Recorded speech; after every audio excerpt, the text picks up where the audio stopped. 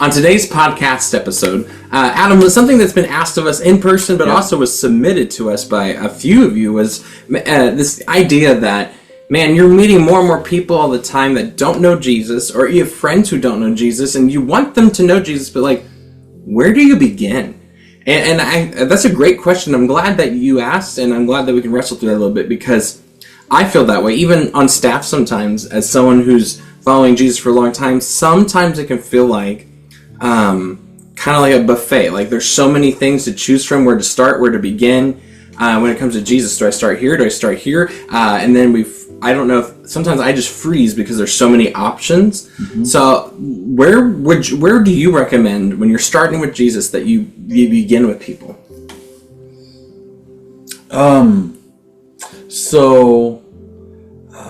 We were just you and I were just at an event recently, and we spent it was about a day and a half probably, and the whole thing was talking about disciple making, right? The whole thing was, and how do we disciple make on a personal level and on a church level and do these things, and one thing that I walked away more, not that I wasn't convinced before, but more convinced than ever before, is that disciple making is the core of what the church is supposed to do. Yes. It is it. If you're a follower of Jesus, that makes you a disciple, if you've chosen to be that.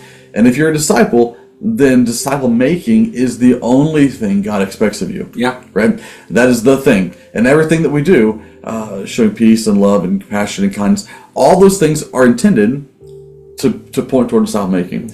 And we either disciple lost people toward salvation or save people toward obedience. But we're always making disciples along this way.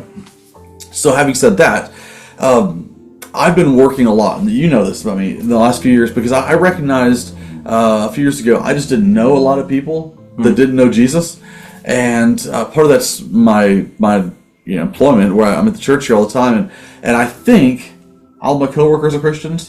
I think so too. Okay, all right. Are you sure? I hope so. Okay, all right. So otherwise, we got some things to work on. So we are, and that's a struggle. Mm-hmm. And I used to say this line. I used to say, if you are not working at church, you've actually got a better off and easier off than those that work at the church. That's not true. And I repented of saying that statement. Because the fact of the matter is that's a cop-out for me, and I have to be finding people that don't know Jesus, and so I've been working to do that.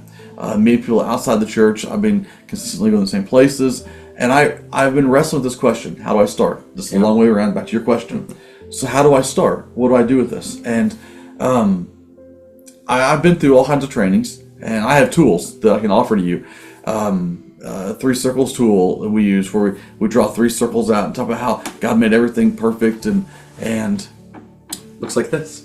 Well, there you go. He's got it right there. We have stickers available too. God made everything perfect, and in people in His image. But in our sin, we broke that. We ran away from God, and we're far from Him. Broken world. We can't fix it ourselves. But Jesus came from heaven to earth to help us to bridge the gap, to come back to what we made to do. When we surrender to Him, baptized into Him, Holy Spirit comes in, make Him our King. We get to be remade. I can tell the whole story really super quick, right? And I do it quite frequently. But that's not where I start. That's not it, really. Because I find that if I run into somebody that doesn't know Jesus, it's awkward. Because to start there, I have to run up to them and I have to be like, do you know Jesus Christ is your Lord and your Savior, your King, and you're obedient to Him? And people look at me like I'm a wacko, and they walk away. I can't start there. So where I start is by loving the person. That's where I start, really. Jesus said, love the Lord your God with all your heart, your mind, your soul, your strength. And love your neighbor, which is all people, as yourself. So I start loving them, and as I love them, I begin to sneak little things in there. Like, hey, you doing okay today? You seem kind of tired. Or, hey, can I pray for you some way? And what I've learned is that people almost never say, and they do occasionally, but almost never say no to that. We were just at a restaurant the other day, and we were sitting there, and our waitress came up, and one of the guys that was with us, he says, hey, we'd like to pray for you. Can I pray for you? And she was stunned. You can see it in her face. Like, she's like, but she's like, I really appreciate that. I've been through a hard time. It means to tell some of her story a little bit, right? That's the starting point. Yep. And I think, just to give it an illustration for it, I think sometimes, and this is where I come to for me at least, I take the wrong solution to the problem. Because I think we all look for a solution like, okay, they're at this point, so I need to use this, or at this point, they need to use this. I think sometimes, like you talked about, we sometimes freak people out because they're not ready for that conversation about Jesus yet. Jesus didn't walk up to people and be like, hey, ready to make me your king? That's not how Jesus worked. He worked in relationships. So to use this analogy, you got to recognize that people are like seeds.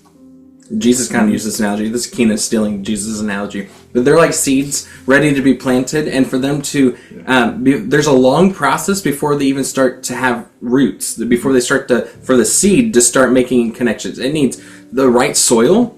It needs watering. It needs, actually, at that moment, the seed needs a lot different things than it does when it starts to sprout. And I think the same thing goes with telling people about your faith. You got to recognize where they're at and prepare the soil. You talk about how relationships a lot are the soil in which that the gospel is presented, right?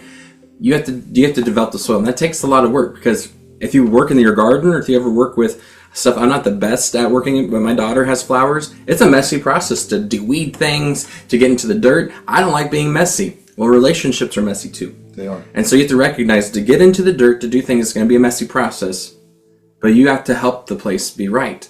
So that way, when you're ready to share the gospel, it's the right time. That's right. And you cultivate it along the way, make sure it's ready to go. And I said, all these tools we have, right? We have some great tools, but they're all different. Yep. And, I do a little bit of woodworking and stuff. And I have a hammer, right? I have a bunch of hammers, but I have a hammer that sometimes my hammer is what fixes the thing.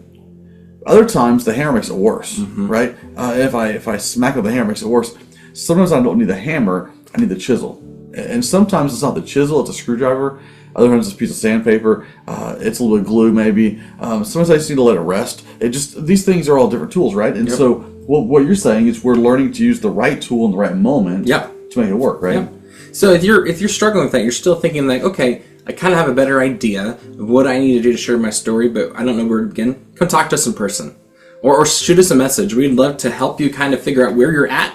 We'll ask you some questions so that way you can find out where you're at with these people, and we'll help give you the tools you need for the season and situation you're in. And once you have those tools, you can start to recognize, okay, I need it for this situation, or I need it for this, and have them ready to go, but not ready to use, like your hammer analogy. Hammers don't always fix everything. Sometimes they make the problems worse. I do that a lot in my life. I use the wrong tools for the wrong things. So I don't want you to do that, though. I'm talking about in terms of like I want you to figure out what to use correctly, so that way you don't waste moments you have. Absolutely. And I'll tell you too, if you're local to here, we're in the Joplin, Missouri area. If you're local here, part of our church around here, regularly lead a series of meetings or gatherings where we train these things and teach things. In fact, right now I'm about a month or so into a process with a group of people at our North Heights campus, and we've been meeting on Saturdays about 4:30 in the afternoon, and just spending time talking about the right tool at the right moment, and then having accountability. Have you used it? Did you how it work? How can we tweak that and change that a little bit? And that's the process that we go through, is that coaching process, to walk in and sit down and say, I need help doing this, help me. And honestly, I learn as much as I help others learn, and we grow together in that. But we have to submit to the process saying, I will try the things we're talking about. It's all about obedience in that. Yeah. So I hope that helps. I hope that answers the question a little bit. But again, it's just, we know we can't deep dive into it completely, but we want to offer you some tools and resources. I also just want to recommend, no matter what you do, start with prayer. Make sure your heart's aligned with God's heart.